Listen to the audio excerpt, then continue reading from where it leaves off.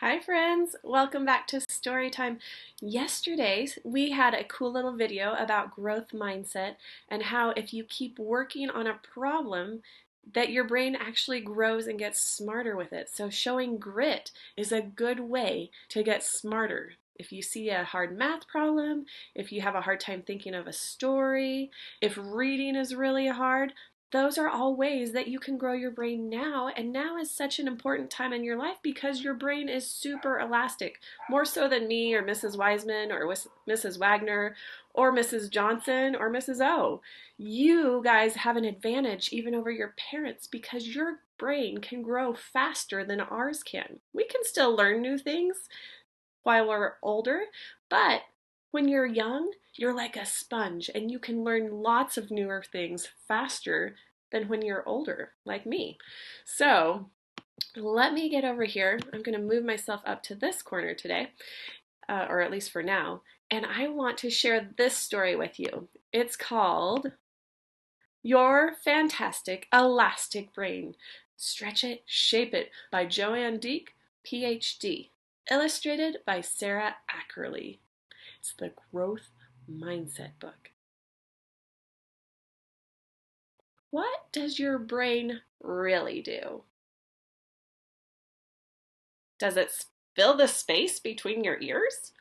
Well, yes, but your brain can do so much more. Hello in there. All I see is pink stuff. Your brain helps you think and remember and name what you see and what you hear.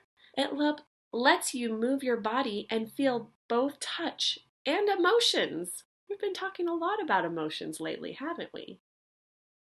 Your brain does all the things that make you you, like likes red foods, favorite word is elbow, ping pong champion, knows global landmarks, good at science, enjoys reading pirate books. Arr, she's so unique. My favorite word is foot. Everybody's brain is different. That's the cool thing. So, what is your brain? Is it a muscle? No, the brain is an organ in your body. It's made up of cells and tissues. Greetings, Earthlings. Welcome to planet Oregon. Look, there's a brain and a heart. Oh, the brain controls everything you do, everything you think, everything you feel, even everything you dream. The brain has many parts that do all kinds of different jobs. The cerebrum, the prefrontal cortex. Yep, there's the cerebrum, the hippocampus, prefrontal cortex. We learned about that, the wise leader. The amygdala. We learned about that. And then the cerebellum in the back of your head. Whoa, that pink stuff is busy. The cerebrum is the largest part of your brain. It's that blue part. It helps you think and speak. The cerebellum is a small part at the back of the brain that helps your muscles to coordinate your movement and your balance so that you can walk, ride a bike, or play tag. They're both really important parts. The prefrontal cortex, the PFC for short, is the part of your brain behind your forehead. It lets you make plans and decisions. And then the hippocampus is at the center of your brain. It works like a file cabinet to help you store and find memories. There's the little mouse. He says, found it. And she's making decisions of what she wants for lunch because she's using her PFC, her prefrontal cortex, as her wise leader.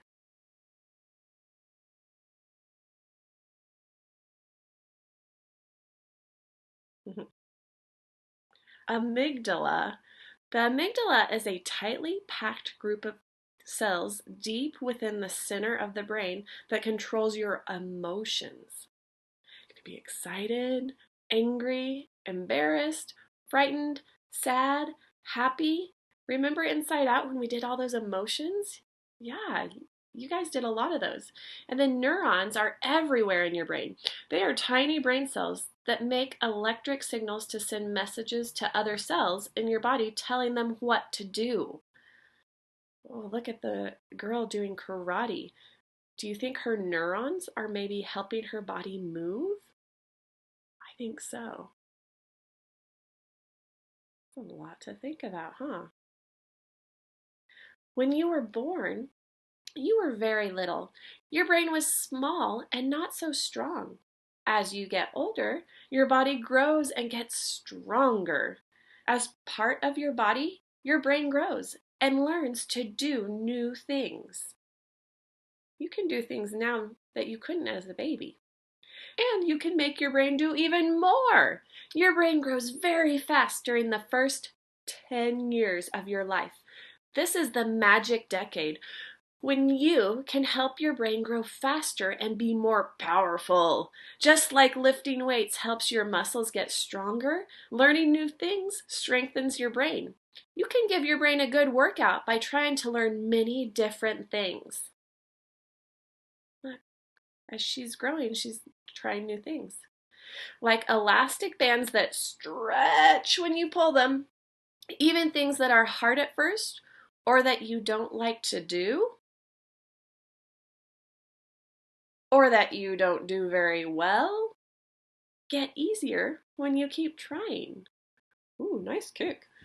Think about the first time you played soccer. You probably couldn't kick the ball far or make any goals, but as you kept going to practices, you learned more about the rules of the game and followed your coach's directions. The muscles in your legs and feet got stronger, your movements were more coordinated, and you could run farther and faster. Learning more and practicing what you learned let you play better and have more fun. Practice really does make perfect, or at least much better. Think of something that maybe you've practiced at, that you've gotten better. Maybe it's not soccer. Maybe it's another sport. Maybe it's something at school.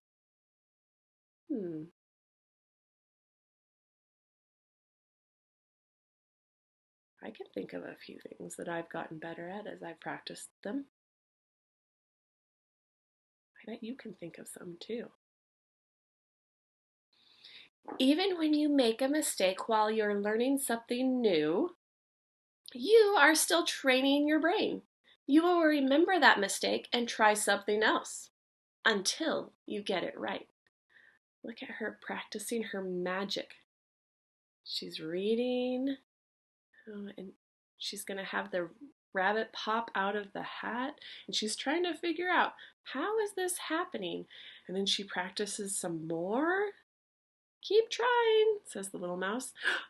Hocus pocus, and look, there's the bunny. Making mistakes is one of the best ways your brain learns and grows. If you aren't willing to risk being wrong, you won't take the chances that stretch your elastic brain.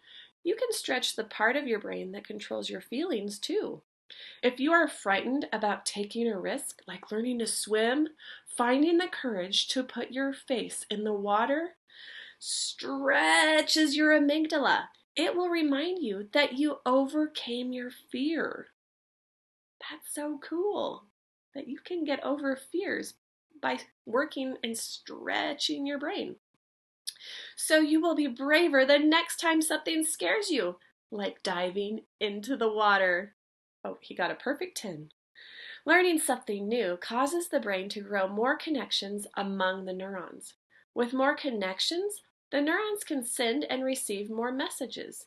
These connections help to stretch a part of your brain and make it more elastic so that it can hold more information and ideas. How does the brain stretch and grow? A word that begins with neuro has something to do with the brain. A sculptor molds, shapes, or carves things out of clay or wood or stone. So, you can shape your brain when you make it bigger by adding new things you know and can do. You are a neuro sculptor. You're a brain sculptor. How did you do that? Neurons, my feathered friend. Whoa, look at that. You can sculpt your brain. That's so cool. When you learn something new, you're building on what you have already learned.